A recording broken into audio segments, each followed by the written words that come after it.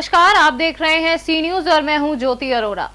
आइए नजर डालते हैं इस वक्त के न्यूज बुलेटिन पर। यूपी के औरैया जनपद में औरैया पुलिस को मिली बड़ी सफलता।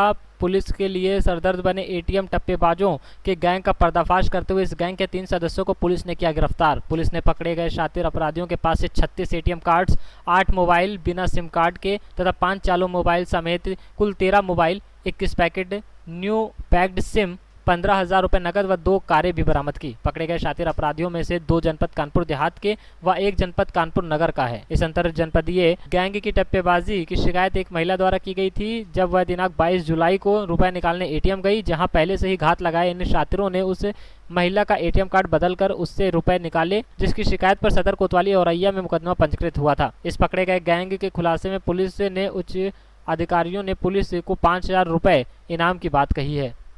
उपलब्धि और सफलता हासिल हुई है। कोतवाली औरैया अंतर्गत आज साइबर टीम, सर्विलांस टीम और कोतवाली औरैया की पुलिस द्वारा एटीएम बदलकर ठगी करने वाले गिरोह का भंडाफोड़ किया गया है। इसमें कुल 3 लोग गिरफ्तार हुए हैं। ये दिनांक 22/7 को रागिनी पुत्री ज्ञान सिंह द्वारा ये अवगत कराया गया कि वो 11 बजे एटीएम से पैसे निकाल रही थी और एटीएम धीमी गति से काम कर रहा था। इसी बीच उनके पीछे खड़े लड़के ने धोखे से उनका एटीएम बदल दिया और बाद में उनके अकाउंट से 80,000 रुपये निकाल लिए गए। इसी तरह की कई और भी शिकायतें जनपद से प्राप्त हो रही थी। इस तरह की शिकायतें निरंतर आ रही थी। इस पर साइबर सेल को, सर्विलांस टीम को, औरैया पुलिस को लगाया गया और 3 लोगों की इनके द्वारा गिरफ्तारी की गई। ये अभियुक्त हैं 3 लोग। विजय सिंह पुत्र विश्राम सिंह, ये कानपुर देहात के रहने वाले हैं। दूसरा है सुरेंद्र सिंह उर्फ राज उर्फ भुल्ली पुत्र सरनाम सिंह, ये भी कानपुर देहात का रहने वाला है। और पुष्पेंद्र उर्फ नीरज पुत्र बलबीर सिंह, ये दुरौली कानपुर नगर का रहने वाला अपना है। इनके पास से हमको जो बरामदगी हुई है वो 36 एटीएम कार्ड्स बरामद हुए। इसमें वो एटीएम कार्ड भी है जो क्राइम नंबर 507 में जो उस महिला से इनके द्वारा चुराया गया था। साथ ही 2 स्विफ्ट डिजायर गाड़ी, 8 अदद मोबाइल बिना सिम कार्ड के में मिला है और 21 पैकेट बंद नए सिम कार्ड मिले हैं। साथ ही जामा तलाशी से 5 अदद मोबाइल और मिला है। 15,000 रुपये प्राप्त हुए हैं इनके पास से और एक इन्वर्टर बैटरी जिसकी कीमत 12,000। इनके द्वारा बताया गया कि जो 79,000 रुपया इसमें से उन्होंने निकाला था, उसी में से ये इन्वर्टर बैटरी भी खरीदी गई थी। ये एक अंतर जनपदीय टीम है जिसमें एक कानपुर नगर और 2 कानपुर देहात के रहने वाले हैं। जनपद में भी इनके द्वारा कई घटनाएं की गई हैं, उसमें उसको भी इस विवेचना में इनका समावेश किया जा रहा है। साथ ही उन जनपदों में भी इनके द्वारा जो घटनाएं कारित की गई हैं, उन जनपदों से संपर्क करके और उसकी जानकारी की जा रही है और विवेचना में उसका समावेश किया जाएगा। सर, क्या इनका और भी कोई आपराधिक इतिहास है? क्या इसके पहले भी लोगों ने इस तरह से ठगी या फ्रॉड किया हुआ है? ये एक ऐसी टीम है कि लगातार इनकी सरगर्मी से हमारे यहाँ तलाश चल रही थी, लेकिन ये मुकदमे कई में इनके खिलाफ लिखे हैं। इनके आपराधिक इतिहास से कई मुकदमे लिखे हैं जो धीरे धीरे इसमें आए गए और साथ ही जो CCTV फुटेज के आधार पे भी इनके अन्य मुकदमों में इनके नाम आने की पुलिस तो वाहन भी है सर जी, वह गाड़ी 2 इनके पास से बरामद हुआ है। ये एक बड़ी अच्छी उपलब्धि इन टीमों द्वारा की गई है और उम्मीद करते हैं कि अब इस तरह की घटनाओं को। सर, क्या पुलिस टीम को कुछ इनाम भी देंगे आप? हाँ, निश्चित रूप से इस पर वरिष्ठ अधिकारियों को इनाम के लिए नियुक्त किया गया है, इनको इनाम भी दिया गया है। और ये सीनियर संवाददाता कपिल पोरवाल की रिपोर्ट। सरदारपुर तहसील में राहत भरी खबर। अमझेरा में संदिग्ध व्यक्ति की मौत के बाद 18 लोगों को क्वारंटीन किया गया था। 1 सप्ताह प्रांत इलाज के बाद उन्हें स्वस्थ होने पर डॉक्टर शीला मुजल्दा, SDM विजय राय सभी ने गुलदस्ता देकर उन्हें शुभकामनाएं दी। हम 23 लोग थे और हमारी सारी सुविधा अच्छी थी। चाय, नाश्ता, पानी, दवाई गोली सब अच्छी थी और हम सब अच्छी तरह से जा रहे हैं और कोरोना के लिए सबको बताना चाहिए, डॉक्टर को छुपाना नहीं चाहिए। अच्छा, अस्पताल प्रबंधन के लोगों की वजह से कोई तुमको परेशानी तो नहीं है? कोई परेशानी, सब कुछ अच्छा था। आपको खाना दोनों टाइम व्यवस्थित मिला, नाश्ता सब अच्छा था। अच्छा, जो लोग कोरोना से डरे हुए हैं उनको आप क्या संदेश देना चाहते हैं? आगे आना चाहिए और अपनी जाँच करवाना चाहिए। डरने वाली कोई बात नहीं है, सब अच्छा हो जाता है। जी आपका नाम बताइए, यास्मीन कहाँ रहती है? अमजेरा।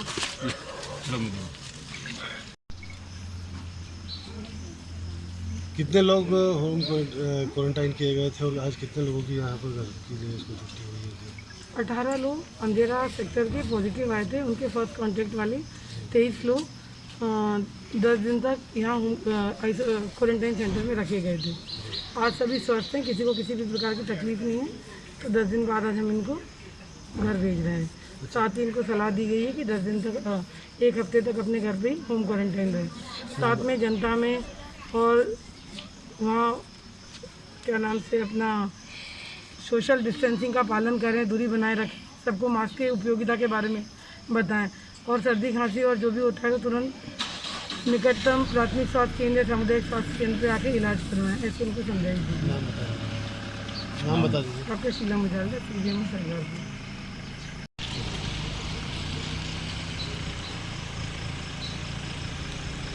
सर विगत करीब 1 सप्ताह से अंधेरा में कोरोना पॉजिटिव की संदिग्ध व्यक्ति की जो मौत हुई थी, उसके चलते 18 कोरोना पॉजिटिव को धार जिला रेफ़र किया गया था और उनके संपर्क में आए हुए अमझेरा के 23 लोगों को क्वारंटाइन किया गया था, जो कि आज स्वस्थ होकर उनके घर को लौट रहे हैं। जी इसमें और कोई संदिग्ध व्यक्ति या फिर जैसा कि आपने बताया कि 18 व्यक्ति जो पॉजिटिव आए थे, उनके प्रथम संपर्क में आए व्यक्तियों को हम लोगों ने आइसोलेट किया था यहाँ क्वारंटाइन सेंटर सरदारपुर में। इनमें अभी किसी भी प्रकार के कोई सिम्टम्स परिलक्षित नहीं हुए हैं, अतः ये स्पष्ट होता है कि ये अभी पूर्ण रूप से स्वस्थ हैं।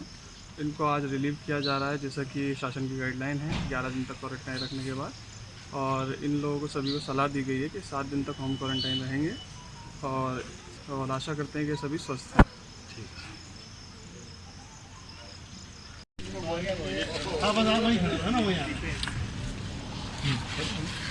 अमजेरा से जो 23 जने थे, वो जो को क्वारंटाइन के लिए सरदारपुर लाया गया था, मैडम शीला मुजालदे, डॉक्टर अमजेरा के चौधरी साहब ने जो बताया कि आपको क्वारंटाइन होना पड़ेगा। हम यहाँ पे तैयार हुए, क्वारंटाइन के लिए आए। जिस प्रकार से हमने 10-9 दिन निकाले, बड़े अच्छे निकाले। मैडम का ने पूरा टीम स्टाफ पूरा तरह ध्यान दिया गया। नाइट का स्टाफ, दिन का स्टाफ और सुबह का सभी अच्छी व्यवस्था रही, खाने का अच्छी व्यवस्था रही, नाश्ते की अच्छी व्यवस्था रही, चाय पानी सभी बढ़िया है। मैं मीडिया के माध्यम से सभी को बोलना चाहता हूँ कि इससे डरना नहीं, कोरोना से आगे रह के आए, अपनी जांच कराएं, जो भी निकले नेगेटिव या पॉजिटिव, उससे डरना नहीं है। शासन प्रशासन पूरी व्यवस्था कर रहा है, पूरी दवाई दे रहा है। आप बिल्कुल आइए, आप अपने परिवार का सेहत का ध्यान रखें, आस पड़ोस का ध्यान रखें। धन्यवाद। सरदारपुर से सीनियर संवाददाता बहादुर वास्केल की रिपोर्ट। प्रतापगढ़ चिलबिला से सुल्तानपुर रोड पर बड़ा हादसा, बाइक सवार युवक को बस ने मारी जोरदार टक्कर। घटना करीब शाम 7:30 की बताई जा रही है। युवक गंभीर रूप से घायल। प्रतापगढ़ से सीनियर संवाददाता मुकेश जायसवाल की रिपोर्ट। सुल्तानपुर बल्दी राय दिल्ली बाजार में राम मंदिर भूमि पूजन के उपलक्ष्य में विश्व हिंदू रक्षा संगठन सुल्तानपुर जिला अध्यक्ष विपिन देहाती एवं उनके साथियों द्वारा भव्य दीपोत्सव एवं सुंदरकांड पाठ का आयोजन किया गया, जिसमें जिला अध्यक्ष विपिन देहाती के नेतृत्व में जिला महासचिव करण भद्र सिंह, पवन कुमार पांडे, रमेश कुमार ब्रिज, मस्ताना, राजेंद्र अग्रहरी, अनिल तिवारी, धर्मेंद्र शुक्ला आदि मौजूद रहे। वहीं विपिन देहाती ने कहा कि हम खुशनसीब हैं कि हमारी इस जीवन काल में इस राम मंदिर का निर्माण की आधारशिला रखी गई। सुल्तानपुर से सीनियर संवाददाता लक्ष्मी नारायण तिवारी की रिपोर्ट। गोंडा का बहुचर्चित सकरौर भिखारीपुर बांध आखिरकार आज कट ही गया और इस बांध का लगभग 50 मीटर का हिस्सा कटकर नदी में समा गया, जिससे कि अब दर्जनों गांवों में जल प्रलय की संभावना प्रबल हो गई है और इसी की वजह से ग्रामीणों ने पलायन शुरू कर दिया है। उमरी बेगमगंज क्षेत्र के एली परसौली गांव में विशनपुर के पास सकरौल भिखारीपुर बांध का 50 मीटर का हिस्सा कटकर सरयू नदी में समा गया। तस्वीरें विचलित कर देने वाली और भयावह हैं। कहीं बांध का हिस्सा कटकर बह जाते हुए तस्वीरें सामने आई, तो कहीं पर एक शिवालय पेड़ इस बांध के कट जाने के बाद नदी में यह काया समा गया।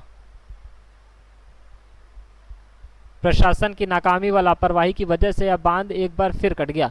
एक तरफ जहां प्रशासन लाख दावे कर रहा है कि बांध को बचा लिया जाएगा और बांध जैसी स्थिति नहीं उत्पन्न होगी, तो वहीं इन खोखले दावों के बीच ही आज सकरौर भिखारीपुर बांध कट गया। कुछ दिनों पहले ही सूबे के मुख्यमंत्री योगी आदित्यनाथ ने इस संबंध में बांध का दौरा करके ग्रामीणों को आश्वस्त किया था कि बांध किसी दिशा में नहीं कटेगा। साथ ही उन्होंने यह भी कहा था कि अगर बांध कटता है तो अधिकारी कार्रवाई के लिए तैयार रहें। इसके बाद लगातार यहां पर मंत्रियों का दौरा लग रहा है, जिसमें जल शक्ति मंत्री के साथ ही अभी 2 दिन पहले ही गन्ना मंत्री का भी हवाई दौरा हुआ। लेकिन इन सब के बावजूद भी इस बांध के कटने से नहीं बचाया जा सका और अब यहाँ स्थिति भयावह हो चुकी है। ग्रामीणों का आरोप है कि बाढ़ खंड के जो इंजीनियर व कर्मचारी यहाँ पर राहत बचाव कार्य के लिए लगाए गए वह यहाँ पर नहीं बल्कि अलग एक कमरा लेकर वहाँ आराम फरमा रहे हैं। फिलहाल एक तरफ जहाँ अब ग्रामीणों ने पलायन शुरू कर दिया है और सरयू नदी ने आबादी क्षेत्रों को भी प्रभावित करना शुरू कर दिया है, तो वहीं इन सबके बीच गोंडा डीएम नितिन बंसल ने एक बार फिर अपनी ही पीठ थपथपाते हुए बांध को कटने की बात स्वीकारते हुए कहा कि अब हमारी कोशिश है कि नदी का पानी आबादी वाले इलाकों में ना जाए। वहीं जब इस मामले पर लापरवाह अधिकारियों पर कार्रवाई के बारे में पूछा गया तो डीएम ने रटे रटाए अंदाज में सिर्फ जांच की बात कहकर पूरे मामले को रफा दफा कर दिया। धर्मराज यादव, ये बांध कट गया, फिर अब क्या करेंगे? अब का की जाए, बड़ी मजबूरी है, सब कटा तो है, सब जो उन्हें कोहड़ी बहाड़ी उठावा जाता है, ढोवा जाता है। कि यहाँ बांध पे काम नहीं हो रहा था? काम आज 3 दिन से बंद रहा। 3 दिन से बंद था? हाँ, 3 दिन काम नहीं लगा। कब कटा है बांध? ये कटा है करीब 12 साढ़े 12 बजे। कितने गांव प्रभावित हो गए इस बांध कटने से? 35। तो अब आप लोग कहाँ जाएंगे? अब कहाँ जावा जाए, अब ऊँचे आवाज है वही बंधा के उस पार। प्रशासन ने कोई व्यवस्था की आप लोगों की? नहीं, कोनो व्यवस्था यहाँ में कुछ नहीं है वही तक। सर, यहाँ बांध कट गया है, ग्रामीणों के लिए क्या व्यवस्था की जा रही है? ये भिखारीपुर सिकरौरा जो हमारा तटबंध है उसके किलोमीटर 17.6 पर कटान हुई है, जो तकरीबन 40 से 45 मीटर के बीच में वो कटान हुई है। और ये एकदम से जब पानी नीचे जा रहा था, नदी का बहाव तेज होने की वजह से, वाटर एक्शन की वजह से वो कटान हुई है। इसमें जो अभी तक जानकारी मिली है वो आबादी क्षेत्र में धीरे धीरे से पानी पहुँचना शुरू हो रहा है। तो जितने हमारे आबादी क्षेत्र में लोग हैं उसमें अभी जो हमारी गणना है उसके हिसाब से 42 परिवार हैं, जिसमें कि 162 लोग हैं। उनको इवैक्यूएट करके शिफ्ट कराने की व्यवस्था करा रहे हैं। उन सभी को जिसको भी ज़रूरत होगी राहत के पैकेट दिए जाएंगे, उसके अतिरिक्त उनको जो खाद्य सामग्री है वो भी दी जाएगी। और अभी हमारी कोशिश ये है कि आगे जो हम एक ठोकर बनाते हुए, एक रिंग बंद तरीके का बनाते हुए इसको आगे आबादी क्षेत्र में जाने से रोकने का हमारा प्रयास है। और आगे जो हमारे अनुमान है उसमें यह है कि पानी का बहाव आगे आने वाले समय जो पानी का गौज है वो नीचे होगा, इससे कटान भी रुकेगी और उसके अतिरिक्त हमारा जो पानी आगे बढ़ने से उसमें भी रोकेगा। सर, अभी तक कितने मजरे प्रभावित हुए हैं इस कटान से? देखिए, अभी तक जो पानी है वो आबादी में नहीं पहुंचा है, धीरे धीरे करके वो आबादी में पहुंचने की एली परसौली का जो हमारा ग्राम पंचायत का एक मजरा है बिशुनपुरवा, उसमें पानी जाना उसके खेतों में शुरू हुआ है। उसके जो गन्ने के खेत हैं उसमें पानी पहुंचा है। हमारी कोशिश ये है कि आबादी में कहीं भी इसका प्रभाव ना हो, पर एहतियातन वहाँ की जो आबादी है, जो मैंने पहले बताया 42 परिवार और उसमें 162 लोग, उनको हम शिफ्ट करा रहे हैं और उनको हर संभव जो सहायता है राहत सामग्री समेत उनको मुहैया कराएंगे। सर, कहीं ना कहीं ग्रामीण आरोप लगा रहे हैं कि बाढ़ वालों द्वारा कार्य सही से नहीं कराया गया, इस वजह से बांध कट गया, इस पे क्या कहना चाहिए? देखिए, ये बाद में जांच का विषय है, परंतु जैसे आप जानते हैं पिछले 3 दिन पहले भी बांध पे कटान हो रही थी और दिन रात लगातार मेहनत करते हुए उस बंदे को फिर से रोका गया था, इसमें सेटबैक बनाया गया था। हमारा प्रयास अब भी यही है कि आबादी में कोई प्रभाव ना हो और कम से कम क्षति हो। हमारी पहली प्रायोरिटी ये है कि सभी लोगों को हम राहत सामग्री पहुँचा सकें, उसके अतिरिक्त किसी को भी जनहानि या पशु हानि होने से हम बचा सकें। क्या नाम आपका? हर बहादुर यादव। बांध कट गया है? बांध कट गया साहब। यहाँ पे जो काम लगाते थे तो कहते थे यहाँ पे काम नहीं लगेगा, लेबर की ज़रूरत नहीं है। फिर मना कर देते थे लेबरों को, रात में काम बंद कर देते थे, काम नहीं होता था। हम बाहर की लेबर लगाएंगे। आज हम लोग अयोध्या चले गए वहाँ पीपा पकड़ने के लिए, इतने में यहाँ बांध कट गया। हमें लोग को मना कर देते थे पूरे गाँव को। ये यहाँ पे काम बांध कटने से कितने गांव प्रभावित होंगे? अब यहाँ कम कुछ नहीं होगा तो कम से कम 1000 घर तो होगा ही होगा प्रभावित होंगे। हाँ साहब। अब कहाँ जाएंगे आप लोग? अब कहाँ जाएंगे साहब, बाल बच्चे डूब रहे हैं। हम तो मनो अभी बाहर से आ रहे हैं, मजदूरी करने चले गए वहाँ पीपा पकड़ने के लिए। यहाँ ये हालत मच रही है, बताओ। आपका? रवि। ये बांध कट गया, आप क्या करेंगे? बांध कट गया, बांध के लापरवाही कट गया। यहाँ पर जो मजदूर काम कर रहे थे गांव के, उसको मजदूरी भी नहीं दे रहे थे। और क्या बोलते कम से कम 25 करोड़ रुपये ही नहीं पता है, रुपये कुल नहीं लगा। अधिकारी सारा बाबागंज वहाँ बंदा कह पार रहते रहे, खाना खा के सिर्फ आवते ड्यूटी देख कर चले जाते रहे। काम ही नहीं कराते, काम आज 4-5 दिन से बंद कराए बैठे हैं। तो आपका कहना है कि यहाँ लापरवाही से काम हुआ? लापरवाही से बांध कटा। गोंडा से सी न्यूज़ संवाददाता डॉक्टर कल्पराम त्रिपाठी की रिपोर्ट।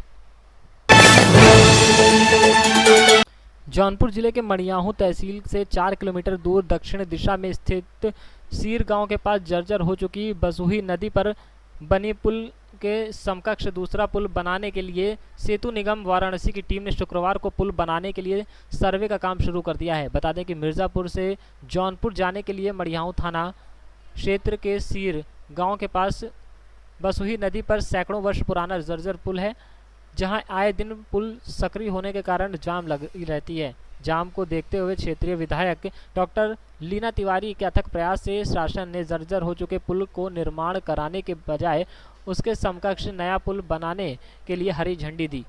तो सेतु निगम वाराणसी के जेई लालचंद अपनी टीम के साथ चिन्हित स्थान पर पहुंचकर पुल के सर्वे का काम शुरू कर दिया है। यह पुल 70 मीटर लंबा सेतु निगम द्वारा बनाया जाएगा और इसकी चौड़ाई भी 2 लेन के बराबर होगी।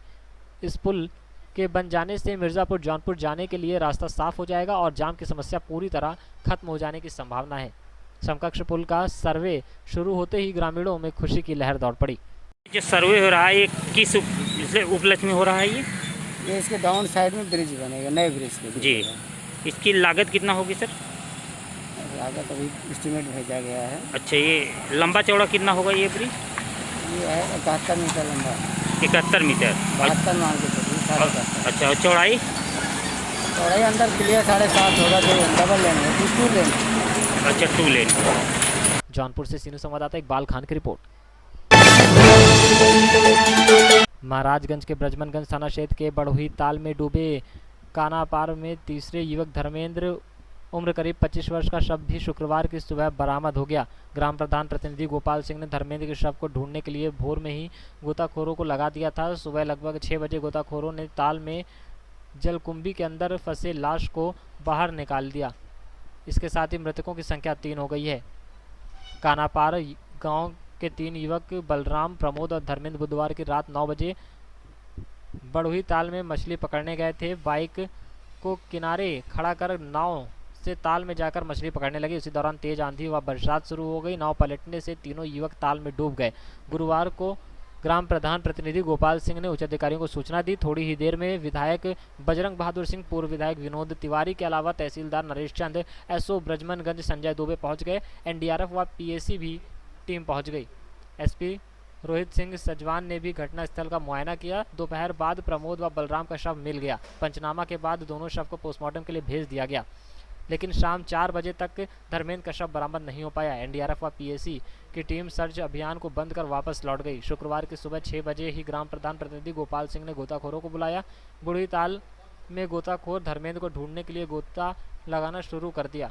50 मिनट बाद धर्मेंद्र का शव ताल में जलकुंभी के नीचे से बरामद हो गया। पुलिस ने शव को पोस्टमार्टम के लिए भेज दिया है। महाराजगंज से सीनू संवाददाता नरेश कुमार गुप्ता की रिपोर्ट।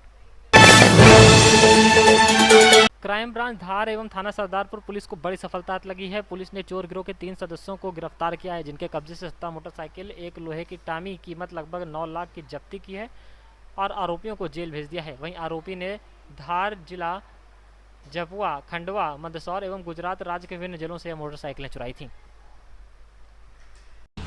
सर, अंतर्राज्यीय वाहन चोर गिरोह को पकड़ने में सफलता प्राप्त हुई है सर, क्या है पूरा? निश्चित रूप से धार पुलिस की ये बड़ी कार्रवाई, क्योंकि वाहन चोरी की घटनाओं को देखते हुए वरिष्ठ स्तर से आईजी सर, डीआईजी सर और हमारे पुलिस अधीक्षक आदित्य प्रताप सिंह सर, इनकी तरफ से पूरी जानकारी और इनके पीछे लगे हुए थे। तभी मुखबिर से सूचना मिली है और वो मुखबिर से सूचना क्राइम ब्रांच में मिलने पे थाना क्राइम ब्रांच, थाना सरदारपुर के बलजीत सिंह, क्राइम ब्रांच प्रभारी संतोष पांडे, उनकी टीम, स्थानीय की टीम, इनके द्वारा संयुक्त कार्रवाई की गई थी और उसी कार्रवाई में 3 लोगों को हम लोगों के द्वारा पकड़ा गया है। और 3 लोगों में एक जितेंद्र थाना टांडा के अंतर्गत रहने वाला है, दिलीप वो भी टांडा का है, और एक रवि जो कि नानपुर थाने के अंतर्गत जिला अलीराजपुर का है। ये तीनों से मोटरसाइकिलें जब्त की और पूछताछ पर इन लोगों से हम द्वारा टोटल 17 गाड़ियाँ मिली है। उसमें जो गाड़ियाँ मिली है वो गाड़ियाँ धार और झाबुआ, मंदसौर, देवास, खंडवा और गुजरात की भी 5 गाड़ियाँ हैं। 2 गाड़ियों का पता कराया जा रहा है। कुल मिला के 17 गाड़ियाँ मिली, कुल 9 लाख की है। उसमें हीरो होंडा से जुड़ी गाड़ियाँ अधिक है और शौक मौज के लिए लोग ज़्यादा वाहन चोरी की घटनाओं को करते थे। इस घटनाक्रम को पूरा ट्रैक करने में SDP सरदारपुर, थाना प्रभारी सरदारपुर, क्राइम ब्रांच प्रभारी और उनकी टीम का बहुत ही अच्छा कार्य रहा और इससे निश्चित ही पूरे क्षेत्र में वाहन चोरों पर अच्छा नियंत्रण कर दिया जाए।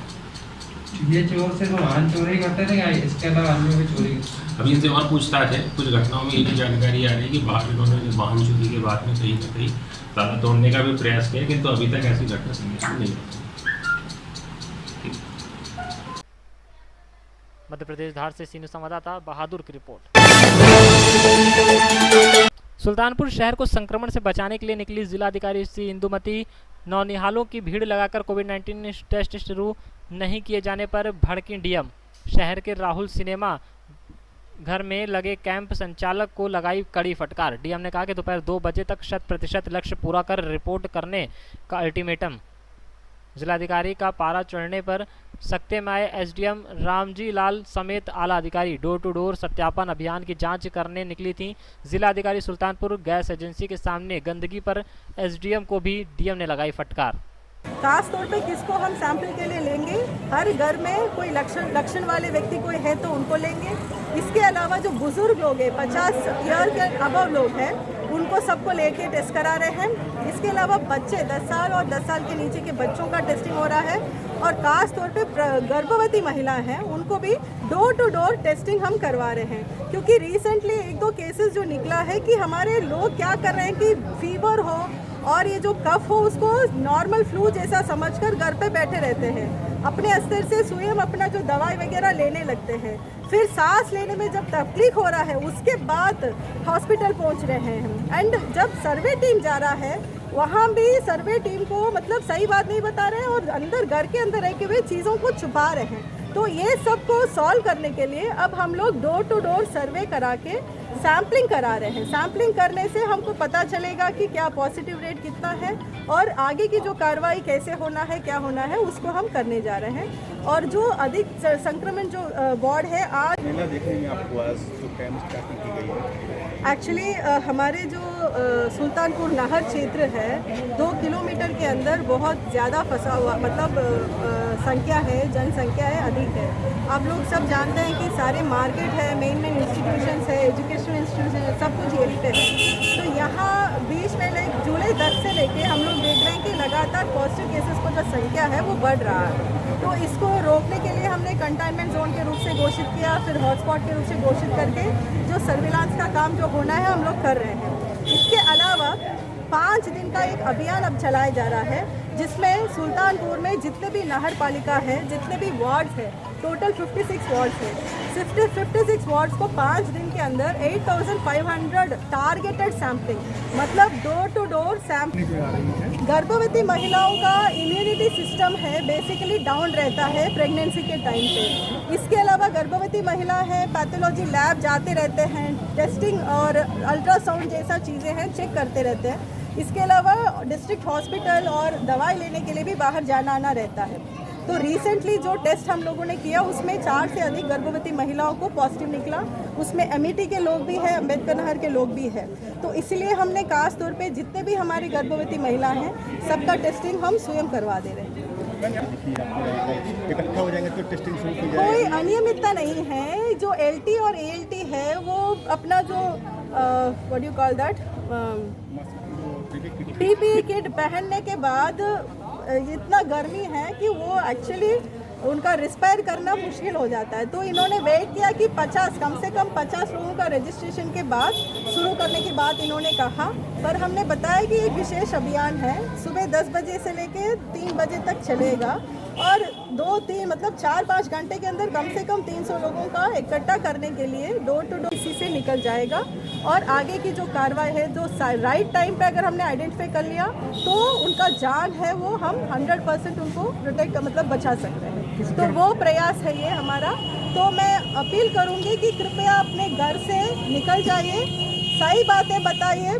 अगर कोई बुजुर्ग व्यक्ति हो उनको छुपाइए मत, बाहर निकल के टेस्टिंग करवा के हमको आपको मदद करने के लिए हमको मदद करिए।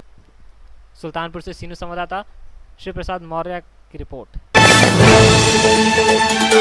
इस वक्त के न्यूज बुलेटिन में फिलहाल इतना ही। देश और दुनिया की तमाम बड़ी खबरों के लिए आप देखते रहिए सी न्यूज। हर खबर आपके साथ, आपके हाथ।